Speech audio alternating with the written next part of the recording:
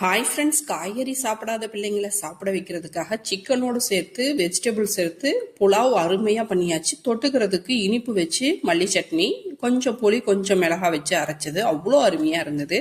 2 table spoon நல்லெண்ணெய், 1 table spoon நெய் சேர்த்து சூடேறினதும் 1 பட்டை, 1 கிராம்பு, 1 ஏலக்காய் பொரிய விட்டு ஸ்லைஸாக கட் பண்ண 3 பெரிய பல்லாரி வெங்காயம் நல்லா கண்ணாடி பதம் வர அளவு வதக்கி விட்டு கலர் சேஞ்ச் ஆகிறதுக்கு முன்னாடியே 3 பச்சை மிளகாய், 1 கைப்பிடி அளவு புதினா, 1 கைப்பிடி அளவுக்கு மல்லி இலை சேர்த்து ஒரு மிக்ஸ் கொடுத்து 3/4 டேபிள் ஸ்பூன் அளவுக்கு இஞ்சி பூண்டு பேஸ்ட் பச்சை வாசனை போக வதக்கி விட்டு 1/2 கிலோ அளவுக்கு சிக்கன், 2 உருளைக்கிழங்கு கட் பண்ணது சேர்த்து ஒரு மிக்ஸ் கொடுத்து விட்டுடலாம். தயிர் நிறையா சேர்த்துக்கிட்டா ரொம்ப நல்லா இருக்கும், சாஃப்டாகவும் இருக்கும் சாதம். தயிர் சேர்த்து ஒரு மிக்ஸ் கொடுத்துருவோம், ஏன்னா இஞ்சி பூண்டோடு சேர்த்து அடி பிடிக்கக்கூடாது. ஒரு 3 நிமிஷம் ஆனதும் பச்சை பட்டாணி கொஞ்சம் சேர்த்து அதோட டேஸ்ட்டுக்கு உப்பு சேர்த்துக்கலாம். சேர்த்து ஒரு மிக்ஸ் கொடுத்து விட்டுடலாம். 1/4 டீஸ்பூன் அளவுக்கு ஜீரகத்தூள், 1/4 டீஸ்பூன் அளவுக்கு பட்டை கிராம்பு ஏலக்காய் பவுடர் பண்ணது, 1/2 டீஸ்பூன் அளவுக்கு மல்லித்தூள் சேர்த்து ஒரு மிக்ஸ் கொடுத்து மூடி போட்டு ஒரு 10 நிமிஷம் வேக வைப்போம். ஒரு 2 டம்ளர் அளவுக்கு அரிசி இதில் இந்த டம்ளரால் அளந்து ஊற வச்சிருக்கேன்.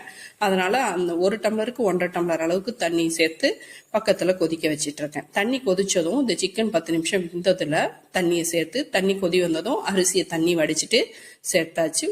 ஜென்டலாக அழகாக ஒரு மிக்ஸ் கொடுத்துருவோம். பூ போல ஒரு மிக்ஸ் கொடுத்துட்டு டேஸ்ட்டுக்கு சால்ட்டும் சேர்த்துக்கணும். சால்ட் கொஞ்சம் இந்த தண்ணியில் தூக்கலாக தெரியணும், அப்போ தான் சாப்பிடும் போது கரெக்டாக இருக்கும்.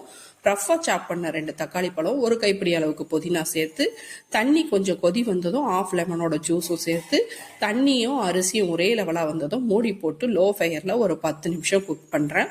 10 நிமிஷம் ஆனதும் மூடியை திறந்து சாதம் கீழே இருக்கிறது மேலேயும் மேலே இருக்கிறது கீழேயும் வர மாதிரி மாற்றி போட்டுக்கலாம். அப்போ ஈவனாக குக் ஆகும், சாப்பிட்றதுக்கு நல்லா கரெக்டாக இருக்கும். திருப்பி போட்டுட்டு மூடி போட்டு திரும்ப லோ ஃபயர்லேயே 10 நிமிஷம் குக் பண்ணுவோம். 10 நிமிஷம் குக் பண்ணதுக்கப்புறம் ஸ்டவ்வை ஆஃப் பண்ணிவிட்டு 15 நிமிஷம் ரெஸ்ட்டில் விட்டுறணும். 15 நிமிஷம் ரெஸ்ட்டில் வச்சுட்டு ஓப்பன் பண்ணி பார்த்து தம்மை உடைச்சா அவ்வளோ அருமையாக இருக்குது. வெஜிடபிள் சூப்பராக இருக்குதா, சாப்பாடு சூப்பராக இருக்குதா, சிக்கன் சூப்பராக இருக்குதா, எதுன்னே நம்மளால் கண்டுபிடிக்க முடியாது. எல்லாமே அருமையான டேஸ்ட்டில் இருக்கும், லெஸ் மசாலாவாக இருக்கும். குழந்தைங்க பெரியவங்க விரும்பி சாப்பிட்ற மாதிரி இருக்கும். ஈஸியாகவும் செஞ்சிடலாம். ட்ரை பண்ணி பாருங்கள். லைக் பண்ணுங்கள், சப்ஸ்கிரைப் பண்ணுங்கள். தேங்க்யூ.